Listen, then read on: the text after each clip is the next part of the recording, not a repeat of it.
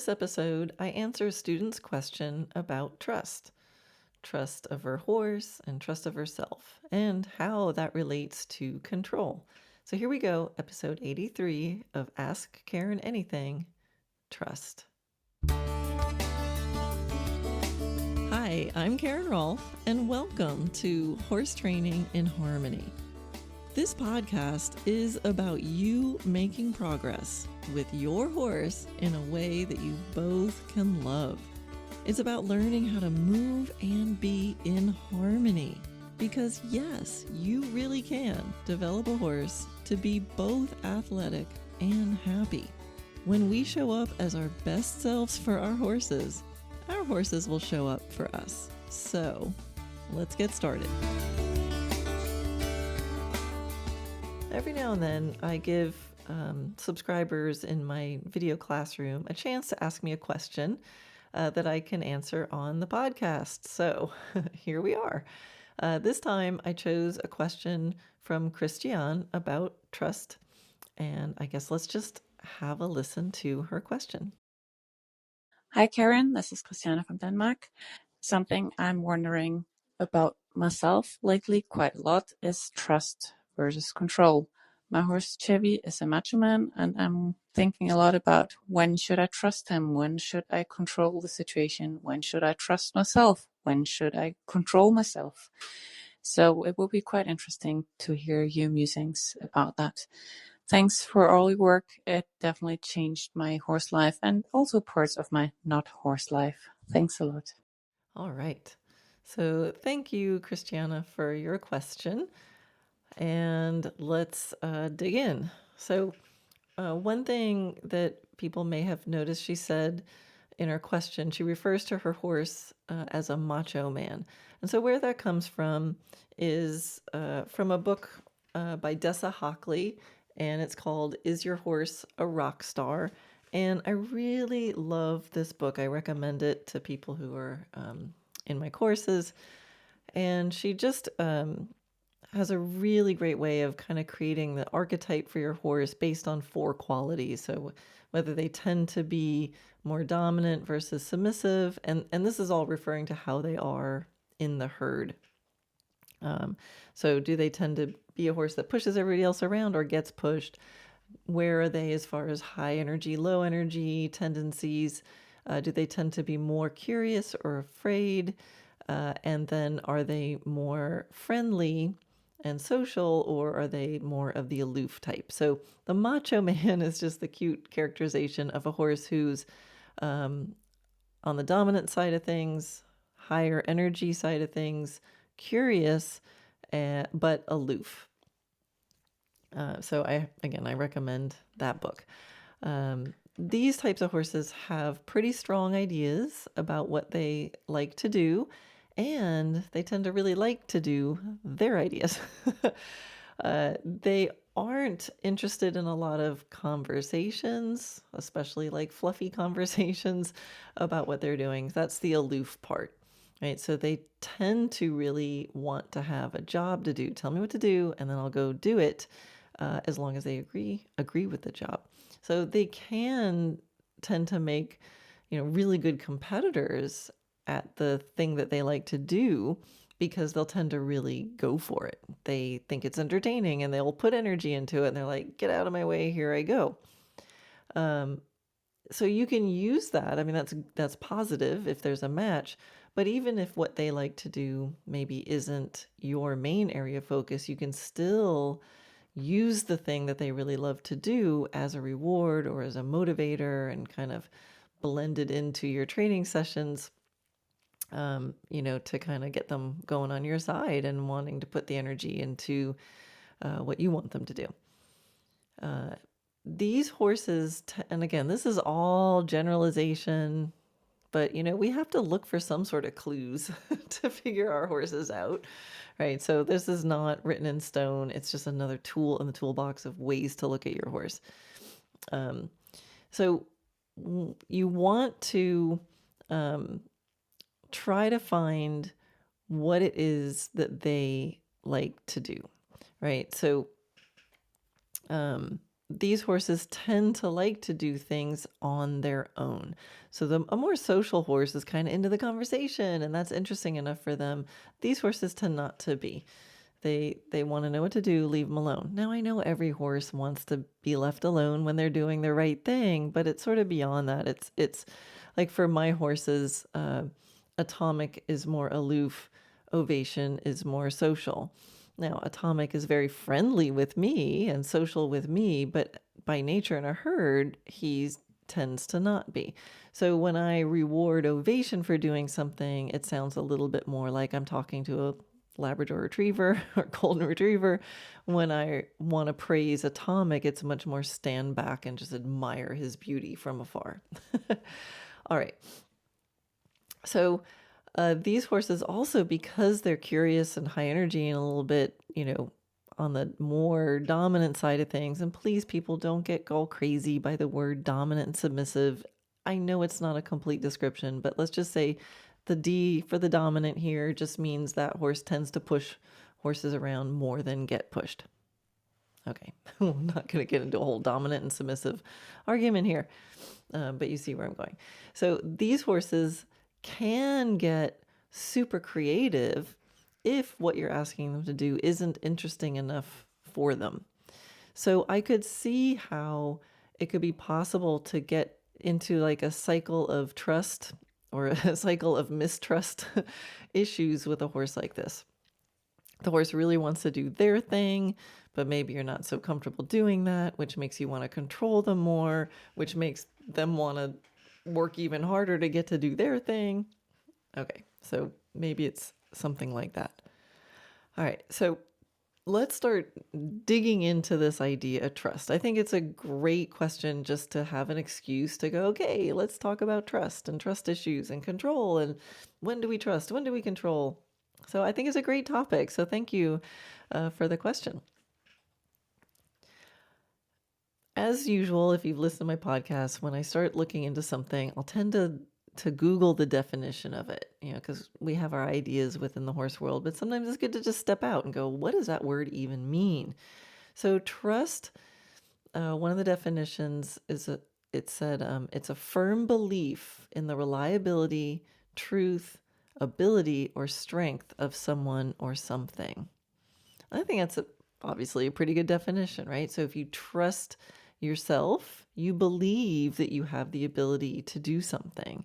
If you trust your horse, you're believing in the reliability, usually, for them to do something, and the ability to. So then, part of her question was, when do we trust? When do we control? All right, well, let's look up the definition of control.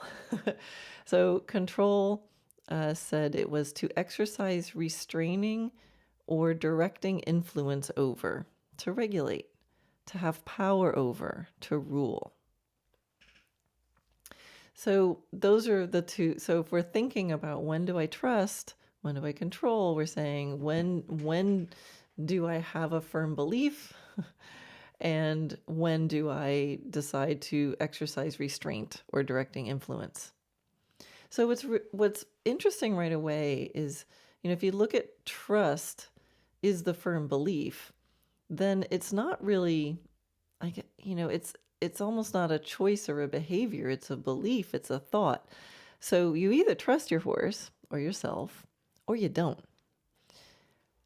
Now, sometimes we can not really trust a situation, but we have to act like we do. And I think that comes up a lot with horses, right? We have to go, okay, I can't go around yanking on my horse's face because I don't trust him. I might say, you know what, I don't trust him in this moment, but I'm going to act like I do because maybe my feeling that I don't trust him isn't true, right? I think we've had this. We fell off a horse 5 years ago.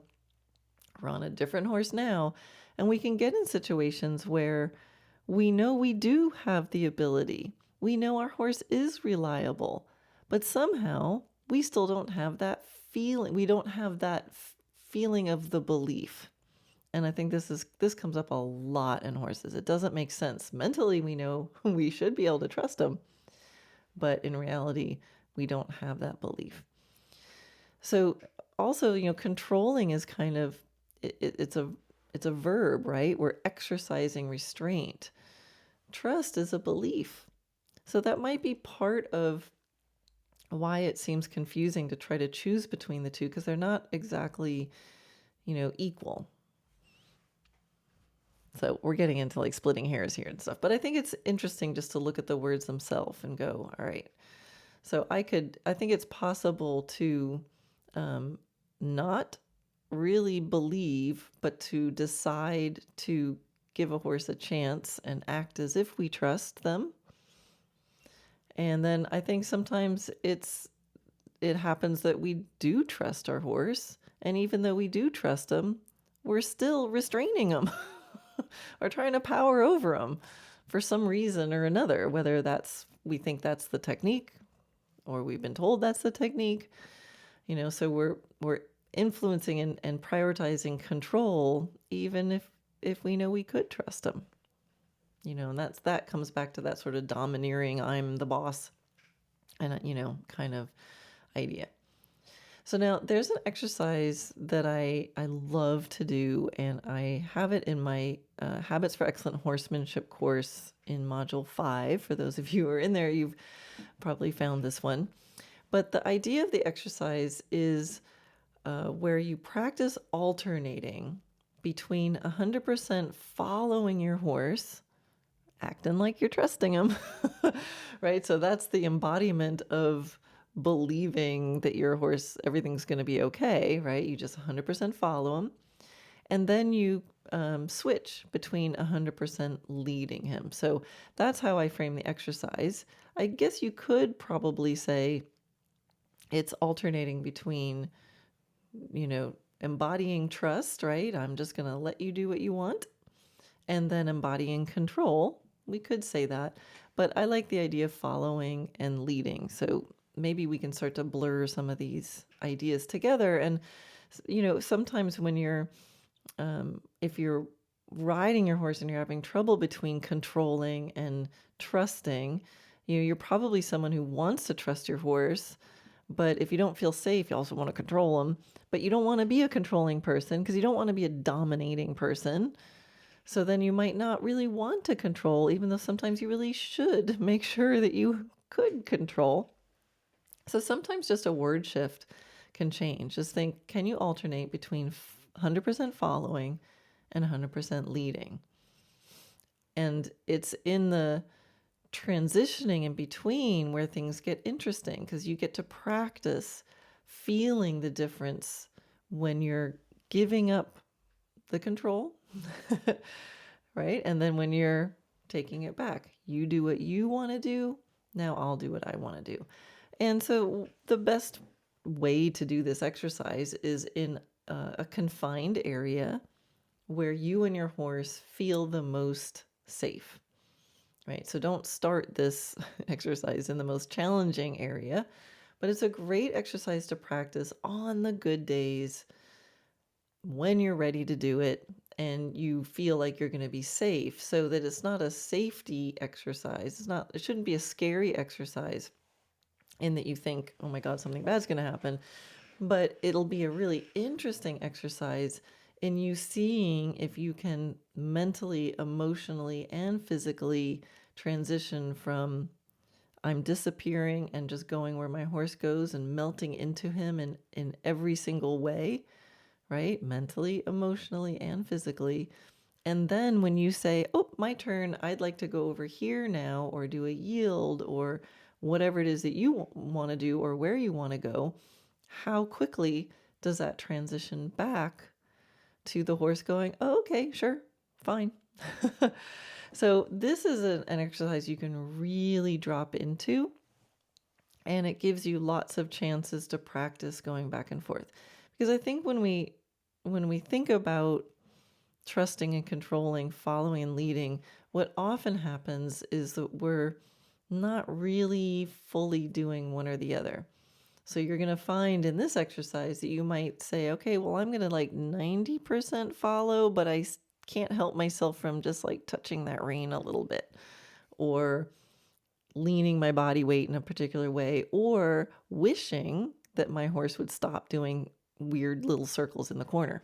All right. Because even wishing your horse wasn't doing what he's doing is not following 100%. And you're going to find that even when you do decide to take back the leadership, take control, if you want to use that word, that it either takes a long time or you don't really get all the way there, right? So you think you're the one leading, but he's still kind of drifting off the rail. Or you're really leading, but it's actually not a 20-meter circle, it's a 20-meter amoeba that's spiraling down the arena. So keep this simple. And again, if you're in the horsemanship course, there's a video of me doing this exercise and narrating the whole time and showing it. But I think you can figure it out. So you want to keep doing this until you're able to feel the difference in your mind and your body and your emotions. And then the next layer is then, can you alternate between those two in a way that actually feels good to both of you? So you shouldn't, don't make an assumption that whoever is leading is the one that's like winning or happy. Because some horses, when you say, I'll just follow you, they're having a great time. They're like, I'm going to go over here, I'm going to go over there. Finally, I get to just do a big open trot. Some horses will just like do little swirly, weird circles in the corner, or they look lost. They're like, I don't know what to do by myself. And when you actually take over leadership, then they're like, oh, phew, okay, finally, I don't have to think anymore. I can just go where I'm being guided. And think about, how do you feel when you take over the control? Is it like, haha, now I've got you? Or, are you intimidated because you're like, oh my God, I'm sorry. Don't be mad at me. I'm taking over control. So I think there's just so many possibilities of how that dynamic could be. And I know if I did this exercise on 6 different horses, I would probably feel 6 different ways. So I think it's a super, super interesting thing to do on your own. And it'll also involve some thinking ahead about, all right, when I do take over the control, looking ahead, okay, when I get to that fence post, I'm going to take over the leadership. And then what are you going to do? Because sometimes I see people take over the leadership and they just start like messing with the horse, but they didn't really think, well, what am I going to ask the horse to do? Are you going to ask for a transition or a yield or, a different line of travel? So to practice thinking ahead, can you think ahead about what you're going to ask the horse to do while you're still following? And can you be 100% leading and then again pick a certain fence post and decide that's when I'm going to let go of the control? And notice the attitude that your horse has to it. Is it positive? Is it negative? Is it confusing? Is it does he negotiate? Like what happens? You're going to find so much information. And it's still not totally a clean separation, because I think, once you do this separation as much as possible, where you can do, okay, I'm just doing one or I'm doing the other. In reality, it's all blended.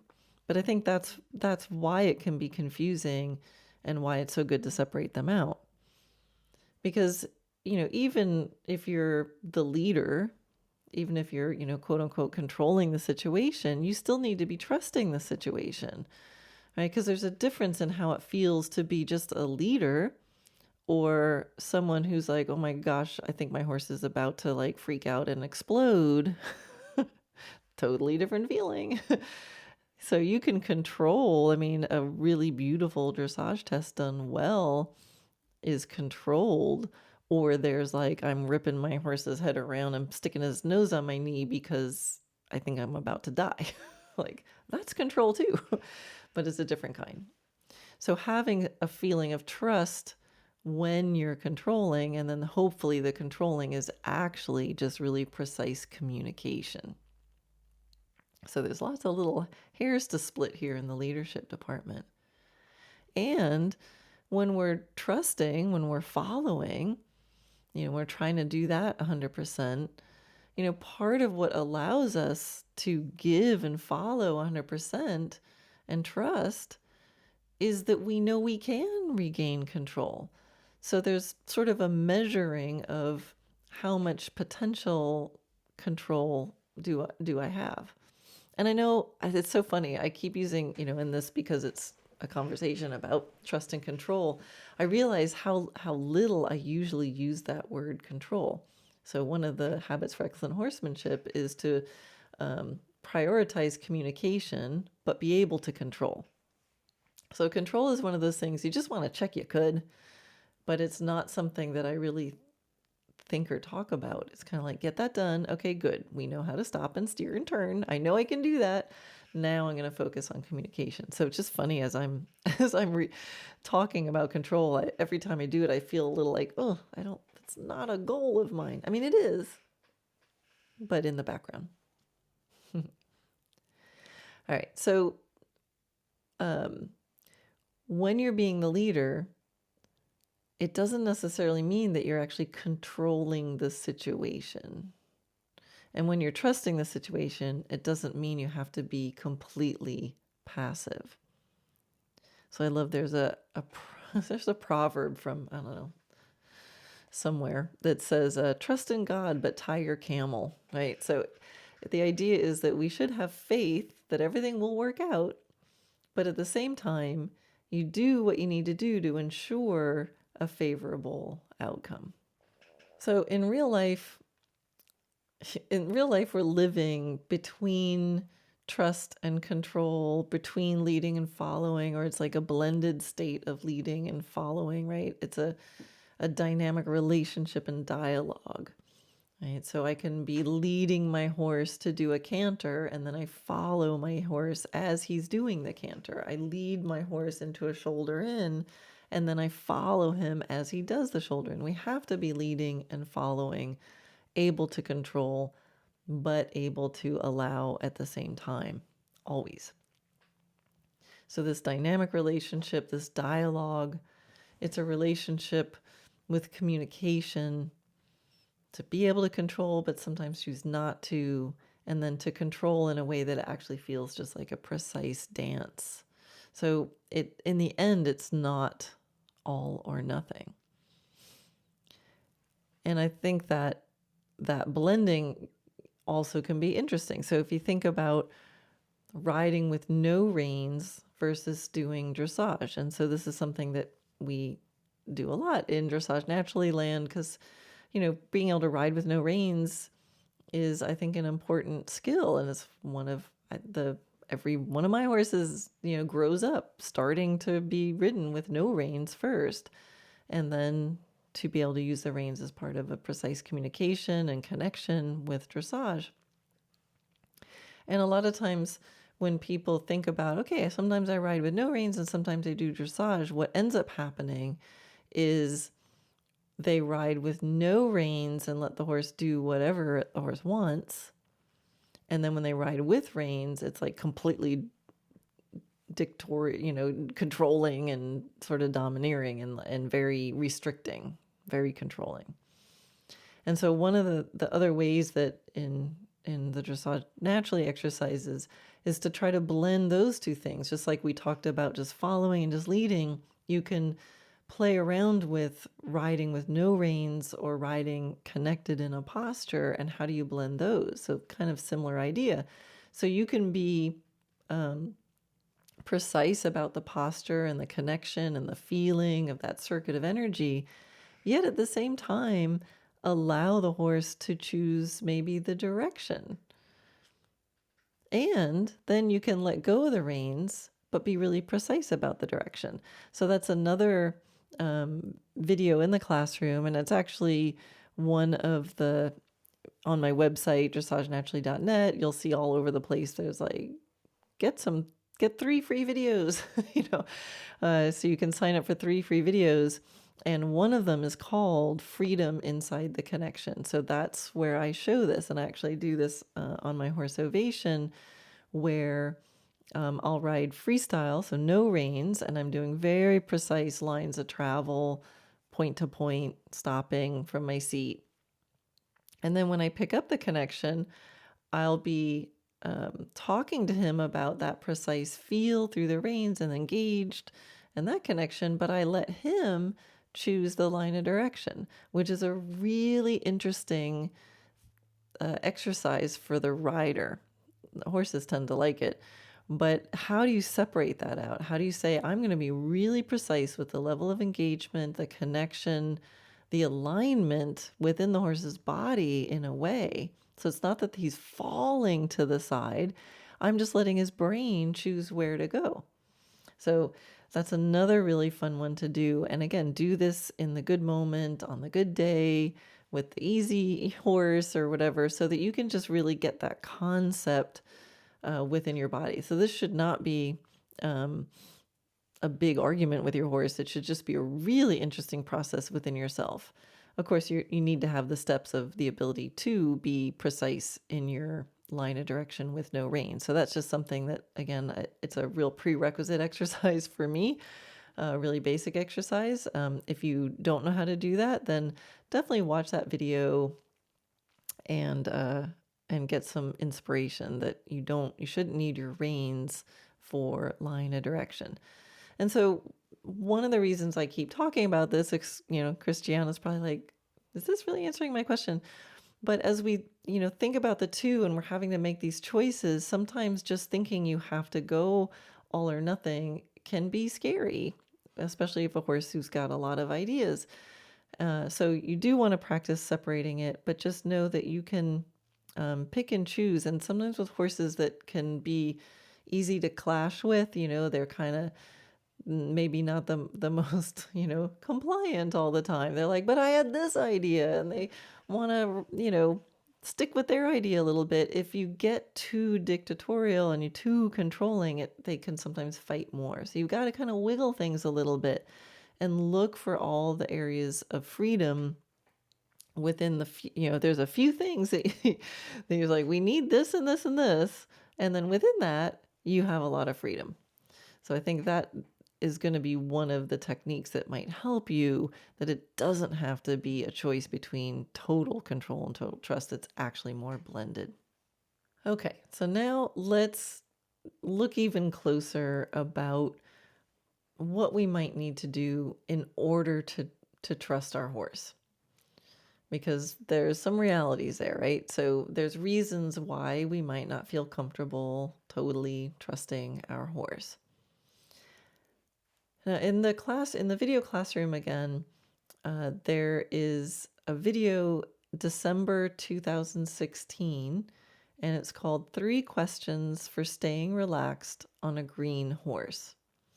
And so here's a rider, and she's got a young, gangly, energetic horse, and I can tell that she's a little nervous on him. So she's a very lovely rider. She wants to be soft. She wants to follow her horse, but the reality is she doesn't always trust him.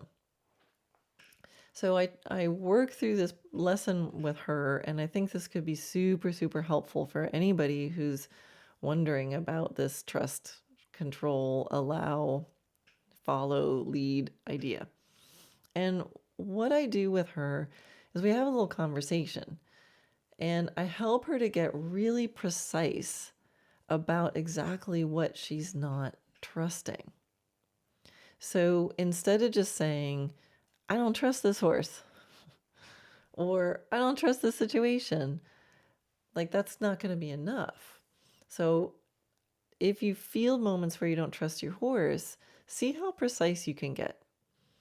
And see if you can answer the question more like, I don't trust that fill in the blank. So, for example, I don't trust I'm going to be able to stop. Or I don't trust I'm going to be able to turn. Or I don't trust that I'm going to be able to interrupt it if I feel him getting spooky.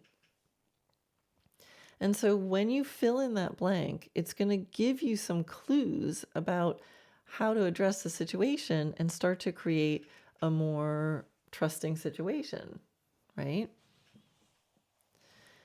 So if you say, all right, well, in order to feel like I can relax, then I would need to know that if I needed to stop, I could, or I would need to know that if I, needed to turn, that I could. Then you can go, okay, great. Let's work on stopping. let's work on melting to a stop or bending to a stop, or let's work on forehand yields so you can trust the steering more. So it gives you something really precise to go address so that you think, okay, well, if I just had that piece, if I knew that I could stop, if I really needed to, I could shut it down, that's going to allow me to trust more when he gets going.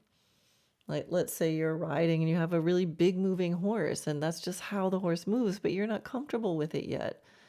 So then, well, let's make sure you know you can stop so that then you feel okay doing a little bit of a big bounding trot for a little while because you're not worried that you might not be able to stop. And then there's the other piece about trusting ourselves. And so you can get just as specific in answering that question. So you need to ask yourself, all right, I don't trust that I fill in the blank. It might be, I don't trust that I'm not going to pull on his mouth. And, maybe the horse gets more excited if you get too much in his mouth. And you're worried that you're not going to be able to not pull. Or you might say, I don't trust that I'll be able to stay relaxed if he even does a little spook. Or I don't trust that I'm going to be able to keep my balance if he, does whatever it is that he's doing. Or I don't trust that I'm going to be able to, forget that time 5 years ago that I rode that horse that once bucked me off, all the way back then.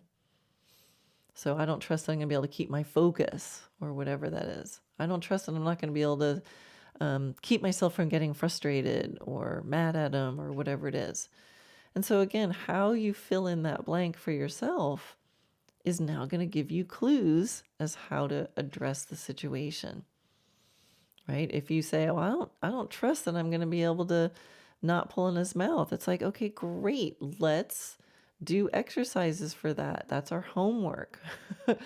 Let's do exercises with the reins, taking a hand off and putting it on and practice giving, whatever we need to do for that. Or if it's, I don't trust I'm not going to be able to, control my emotions. Well, then we can do some breathing exercises or some other exercises to focus your attention where it needs to. So you want to be really conscious coming in. So a lot of times when there's trust issues, it becomes emotional and it becomes a little bit overwhelming. I was going to say it doesn't really make sense. Can things be a little bit overwhelming? Anyway, but that's how they can get overwhelming because things compound. We come in and go, I don't trust this whole thing. And often it's not the whole thing. Often it's one piece. And if you can find the first piece and address that. And then, like for me, I need an action plan. I don't like to just sit around. I don't like a feeling of like, okay, I'm just waiting for the other shoe to drop. I don't trust it. Something's going to happen. Well, what? Exactly what? And another thing you want to be conscious about is reviewing your evidence. Review past evidence and know that what your abilities are, right? So trust is about knowing your abilities and believing they're going to work. So, it's sometimes you're in a situation you don't trust. And when you review the evidence, you go, yeah, I don't think I should trust this situation. And here's my reasons why, right? So that you don't get yourself past threshold and past your abilities or past your horse's abilities. Another exercise that I like to use is a thing I call maybe today, right? So if you're feeling like you're in a situation that you don't trust, you have choices. Again, if it's maybe you're working on something that's just on that threshold, right? Like you feel safe in the arena, but you don't feel so safe riding outside the arena. And every day you're like, okay, I should try riding outside the arena. And then it gets you all worked up and it makes that anxiousness makes it hard for you to relax, which makes it hard for you to get along with your horse, and then it just compounds, which makes you want to control things even more. And now the more you control things, the more you're not sure if you can trust it because you're so busy controlling it, you can't tell if you can trust it or not. So I like to have ways of taking the pressure off in those moments. So to use that analogy of, all right, let's say you feel comfortable riding in the arena, but you're not so comfortable riding out of the arena. I would go into the arena instead of thinking, okay, today I'm going to make myself ride outside the arena. That might not be so fun. You could ride in the arena going, maybe today I'll ride outside the arena. Maybe today. Because built into that is maybe not today. So it's going to train yourself. If you raise that question, maybe today I'll do it, you're training your brain to weigh the evidence, take stock, and decide what is going to make you feel like today is the day and what's going to make you feel like today's not the day. And then again, ask, if you're not coming up with the answers, ask yourself the question, maybe today. Well, nope, not today. Why not? Well, if only I could fill in the blank and get specific. If only I could keep his attention in every part of the arena, then I'd feel like doing it. Right. So, and this is where journaling comes in handy, writing things down. So you keep stock. And then you also want to have techniques to help you focus on the present moment. Right. So trust is about your belief that things are going to work right now. So one of the important things about trust is that you're focusing on this moment. You're not in that state where you're remembering 5 years ago where you got bucked off. You're on this moment. So just making sure you have techniques to help you focus on this present moment will really help with trust issues, right? Because trust is you don't believe it's going to work. Why not? Probably because of something that happened in the past. Or right now you're not ready. So, but if you find something right now, it's like, well, I can't trust them because I can't steer. Then it's not usually a problem because then you go, well, I just got to work on steering, and that's what you do that day. But I think where trust comes is a problem is when your attention is on the past, which is making this moment seem worse than it is. That's when it gets confusing. If there really is an issue now, then we work on that issue. Not a problem. All right. So techniques to keep you focused in the present moment, things like breath work, open focus meditation. So I have in my shop, you can find a mindset and planning audio series. They are meant to walk you through a process of getting in a state of being in a present moment with your horse before, during, and after your ride. There's a technique of narration that some of you may have heard me do, and that's where when you're riding, you're actually talking out loud, saying exactly what you are doing. And now I'm going down the long side, and then I'm going to turn the corner, and here I am on the circle. So it sounds silly, but it's super, super helpful to keep your brain busy in this present moment. And then, of course, we need to think about, what does your horse need from you in order to trust you? So that's a really good question to ask yourself. Sometimes we're so busy thinking about what we need from our horse in order for us to trust our horse or for our horse to feel trustworthy. Well, how about you? What does your horse need from you in order to trust you? Does he need you to be clearer? Does he need you to be calmer? Does he need you to be more consistent? Does he need you to be more balanced? Does he need you to be here in this present moment? That's a guarantee. So sit yourself down, ask yourself some of these questions. I think it's a great topic to ponder because there's so much trust necessary to play with horses and have it turn out well, right? If not just control them, strap them down, shut their mouths, kick them into gear and make them do stuff. You don't need much trust there. But I think the way we want to, if you're listening to this podcast called Horse Training in Harmony, then there's got to be trust. There's got to be trust of yourself, trust in your horse, and the horse needs to trust you. So First step is to recognize if and when there is a trust issue for the horse or the human. Super important. Just to stop and go, I think there's a trust issue here. Then you can begin to solve it. And just make sure you can clearly identify if there's any challenges that you and your horse are experiencing that might be related to trust. And then get super specific. What do you need in order to trust your horse? And once you can start to get specific and you can start to experience these moments of flowing between leading and following, of dropping the reins, but still being precise, and taking the reins, but still being following. So you start with 100% black and white, and then you start to blend things together. And the more you can identify the mental, emotional, physical differences between leading and following, between precise communication, and the ability to control if you needed to. And then how that feels when you really trust, and when you can get really precise about what piece you don't trust. So in that way, it doesn't just become this big, overwhelming, I don't trust anything moment. Before you don't trust anything, there's usually one thing you don't trust, and start there. All right. I really hope you let me know how this episode helps.